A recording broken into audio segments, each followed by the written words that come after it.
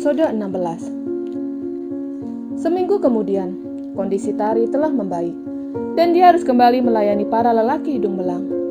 Tapi untuk malam itu, Tante Gita memberi wanti-wanti kepadanya. Kamu harus melayani para lelaki itu. Jangan mempertaruhkan nyawamu dengan bertahan dengan keinginanmu, ujar Tante Gita. Jadi, aku harus memuaskan hasrat mereka? Iya sayang, sahut Tante Gita sembari mengelus pipi Tari.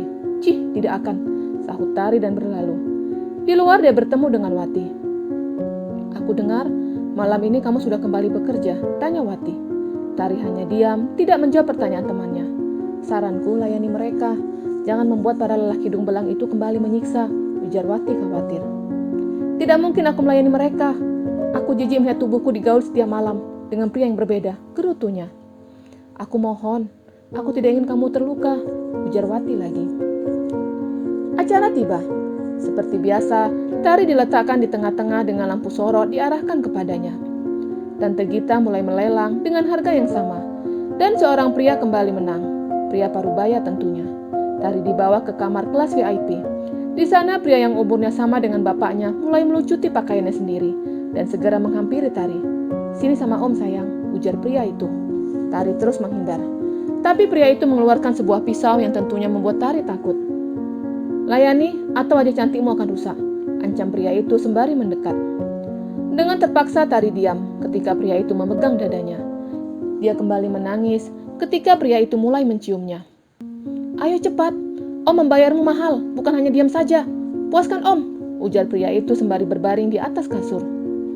Tuhan, jika mau ambil nyawaku ambillah, gumamnya dan mendekat.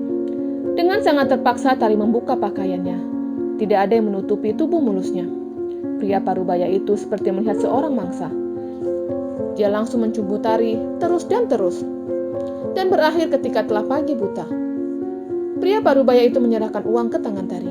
Ini tip untukmu, karena kamu berhasil memuaskan om, ujar pria itu sembari berlalu, dan sebelum pulang dia mencium bibir Tari. Tinggallah Tari seorang diri di sana, menangis dengan dosa yang baru saja dibuatnya. Ya Tuhan, ampuni dosa-dosaku, bebaskan aku dari tempat ini, gumamnya sembari menangis. Tari keluar dari kamar VIP, kembali ke tempat utama, tempat prostitusi. Pengawal langsung membawanya ke ruangan Tante Gita. Selamat Dewi, om tadi memujimu, ujar Tante Gita senang sembari mengelus pipi Tari. Kamu sudah tahu cara memuaskan pelanggan, ujarnya lagi dan ingin merogoh bra milik Tari. Tapi Tari langsung menepis tangan wanita itu. Jangan sentuh aku sudah banyak disentuh tadi, serunya dan berlalu. Tante Gita tersenyum dengan sifat pemberani Tari. Kamu lihat Wisnu, dia bukan hanya cantik, tapi pintar memuaskan pelanggan. Jika semalam saja dia dapat memuaskan 3 orang pelanggan, pasti kita akan kaya raya, ujar Tante Gita. Wisnu hanya menyeringai. Tari membersihkan dirinya di kamar mandi. Setelah itu dia membaringkan tubuhnya di kasur. Di saat itu Wisnu masuk. Aku minta jatahku, ujarnya. Tari hanya menyeringai sembari memalingkan wajahnya. Tapi Wisnu menarik tangan Tari, membuat tubuh wanita itu terlentang. Dia menciumi Tari dengan sangat rakus. Aku ingin kamu melakukan hal yang sama dengan pria tadi, ujar Wisnu sembari memegang dada Tari. Jika kamu membayarku 50 juta, maka aku akan melayanimu, tantangnya. Apa? Kamu berani melawanku? Siapa kamu berani mengaturku? Teriak Wisnu marah. Aku bukan milikmu. Dan jika kamu mau aku memuaskanmu, bayar 50 juta, ujarnya lagi. Ah, masa bodoh dengan uang 50 juta, ujar Wisnu sembari menciumi bibir Tari, dan tangannya mulai meremas dada Tari. Tapi Tari hanya diam seperti patung, tidak ada perlawanan darinya. Tiba-tiba pintu didobrak. Terlihat ada Tante Gita dengan para pengawal. Apa ini? Teriak Tante Gita marah. Wisnu kaget. Dia segera mendekati wanita yang memberinya uang. Tante, ini tidak seperti yang Tante pikirkan. Dewi yang merayuku, ujar Wisnu. Tante Gita langsung menampar Wisnu. Kamu pikir Tante bodoh? Jika dia merayumu, seharusnya bukan di kamarnya. Tapi ini kamar siapa? Dan posisimu menunjukkan kalau kamu memaksanya, teriak Tante Gita marah. Karena posisi Wisnu pada saat itu tepat sedang menindih tubuh Tari. Akhirnya dia dapat bebas dari pria itu. Keluar kamu dari sini, teriak Tante Gita sembari berlalu. Wisnu mengikuti sumber uangnya sampai ke kamar. Pengawal, bawa pria ini keluar dari tempat ini. Aku tidak mau melihat wajahnya lagi, titah Tante Gita. 2 orang pria memegang tangan Wisnu, tapi pria itu memberontak. Tante jangan usir, aku berjanji tidak akan meniduri Dewi lagi. Aku mohon Tante, ujar Wisnu sembari memberontak. dan sekarang berada di bawah kaki wanita parubaya itu. Aku tahu Tante sangat mencintaiku. Jika tidak ada aku, siapa yang akan memuaskan Tante? Bisiknya. Baiklah, ini peringatan terakhir untukmu. Jika sampai kamu terlihat masih mendekati Dewi, kamu akan diusir dari tempat ini. Ancam Tante Gita sembari menggerakkan tangannya kepada para pengawal untuk keluar dari kamarnya. Tinggallah Wisnu dan Tante Gita di kamar itu. Wisnu berdiri dari posisinya dan segera menciumi wanita parubaya itu. Dia tahu cara merayu wanita itu. Dengan cepat Tante Gita langsung luluh dan mereka melakukan hubungan terlarang sampai pagi. Setahun kemudian, Tari telah menjadi primadona di tempat itu. Bayarannya masih sama dan dia juga cukup diminati para lelaki hidung belang. Dia sangat lihai dalam menaklukkan para lelaki itu. Walaupun seperti itu, batinnya selalu menangis karena dia memikirkan dosa yang akan diterimanya nanti di akhirat. Pada malam itu, Tante Gita tidak menemukan Tari di depan, dan dia menemukan artisnya ada di dalam kamar mandi. "Ada apa denganmu?" tanya Tante Gita. "Aku mual, Tante," sahutnya sembari membersihkan mulutnya. "Apa?" Tante Gita langsung teriak. Dia berlalu keluar kamar Tari. Tidak berapa lama wanita parubaya itu kembali dengan membawa sesuatu di tangannya. "Tes pakai ini," titah Tante Gita sembari menyerahkan sebuah tes pack ke Tari. "Apa itu?" Tari bingung. Dia tidak tahu benda apa yang dibawa wanita itu. "Cepat tes urin kamu pakai ini," Tante Gita mengajarkan caranya. Dan Tari mengikutinya dengan mengetes menggunakan alat itu, kemudian membawa hasilnya ke hadapan Tante Gita. "Apa? Kamu hamil?" Tante Gita langsung terduduk di pinggir tempat tidur Tari. "Kenapa kamu tidak menggunakan pelindung?" Tante Gita menjambak rambut Tari.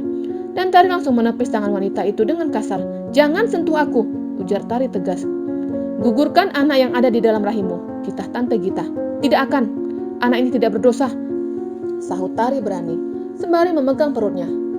"Kamu pikir siapa kamu berani mengatur Tante? Tidak ada yang boleh hamil di sini," ujarnya sembari menarik Tari keluar dari kamar. "Pengawal, bawa Dewi ke mobil," titah Tante Gita. Tari dibawa paksa ke mobil. Semenjak kejadian setahun lalu, Wisnu tidak diizinkan ikut berurusan dengan Tari. Dia hanya menduga-duga apa yang terjadi lagi dengan Tari. Kali ini Tante Gita turun tangan. Dia ikut serta membawa Tari ke sebuah tempat yang berada di perkampungan. Tempat yang sangat terpencil dan jauh dari pemukiman warga. "Tempat apa ini?" gumam Tari. Tante Gita mengetuk pintu itu. Seorang wanita tua membuka pintu. "Masuk Gita," ujar wanita tua itu. Tante Gita menarik Tari untuk ikut masuk ke dalam tempat itu. Mereka langsung masuk ke dalam sebuah kamar dan dari situ Tari tahu jika wanita tua itu akan menggugurkan janin yang ada di dalam rahimnya. Terlihat ada beberapa alat di atas meja. "Aku tidak mau," teriak Tari. "Kamu diam," Tante Gita menuding Tari dan menggerakkan tangannya ke para pengawal. Tari diletakkan di atas tempat tidur dengan tangan diikat pada bagian kepala tempat tidur. "Tidak, aku tidak mau," teriaknya sembari memberontak. Tapi kedua pria itu memegangi kedua tangan Tari sembari memalingkan wajahnya. Tari ditekuk paksa oleh mereka. Dan sebuah gunting masuk ke dalam rahimnya untuk mengorek janin di dalam rahim Tari. "Tidak!" teriak Tari menahan sakit. Hanya butuh 30 menit untuk wanita tua itu dapat mengorek paksa janin di dalam rahim Tari. Dia menunjukkan janin yang sudah hancur itu kepada Tari dan Tante Gita. "Sudah diambil," ujar wanita tua itu.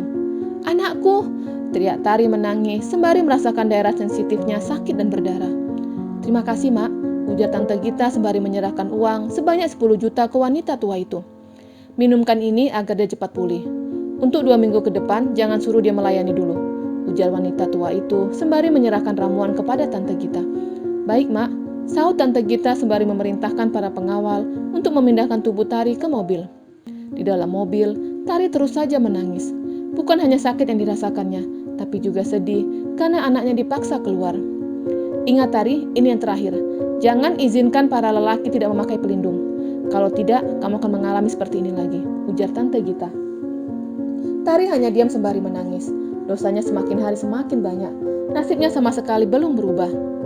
Tari diletakkan di kamarnya dengan darah yang mengalir dari rahimnya. "Gunakan pembalut agar darahmu tidak menetes.